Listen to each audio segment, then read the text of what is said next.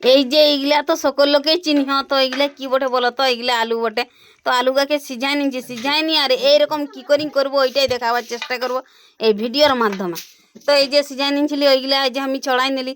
তো এই যে আমার ছড়াও ধরো এখন হয় আসিনছে, ধরো ওগুলা তো ভালো করে ছড়াতে হবে, যেমন চপা থাকে না ডিং করি। এই যে আমার ছড়া হয়ে গেল, ছড়াই নিলি।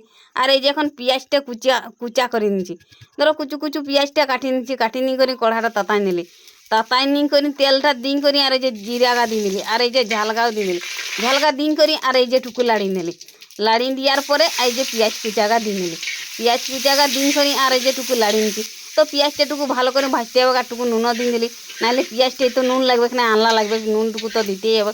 নুনটা দিন করি আর এই যে লাড়ি নিলি। তো ভালো করে মশলাটা টুকু মানে পেঁয়াজটা ভাজতে হবে। এই যে ভাজা আসিনছে এখন, তো এই যে এখন ভাজা আসিনছে আর এই যে এখন আমি কাঢ়ি নিচ্ছি। কাঢ়ি ডিং করি আর এই যে এখন নিয়ে যাবো। তো এটা কী করবো বলো তো? এটা আলু মালা করবো। তো আলু মালা যে চুলায় নাই দিলেও কড়াই নাই ভাজলেও আলু মালা এত সুন্দর হয় বা এত সুন্দর খেতে লাগে। তো এইটাই তো থাকে। এই যে দেখো এখন আমি ওটা ভাজি আনিটুকু জুড়াতে দিলি, জুড়াতে দিন করি আর এই যে এখন আমি আলুগুলা চটকি নিচ্ছি।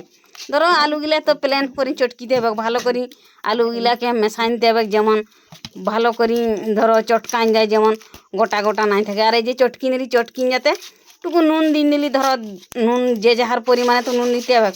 আর এই যে এখন ভাজাগুলাকেও দিয়ে নিলি, দিন করি আর এই যে লাড়ি নেবো। এই যে দেখো কত সুন্দর দেখাচ্ছে। তো এইটাই কি বটিল পেঁয়াজ আর শুকনা ঝাল আর দুটা গোটা জিরা দিন করি আর এই যে ভাজি করি আর এই যে ধরো লাড়ি নিলি। যা সুন্দর সেঁট উঠছে না, দমেই সুন্দর। তো আমার ওটা মাখাও হয়ে গেল আর এই যে গোল গোলও করা হয়ে গেল। আশা করি বন্ধুরা ভিডিওটা যদি ভালো লাগে তাহলে পাশে থাকবে। সকলে ভালো থাকো, কোনো রকম তোদের ভালোবাসায় আমিও ভালো আছি। তো এটা দমেই টেস্টি খাতে।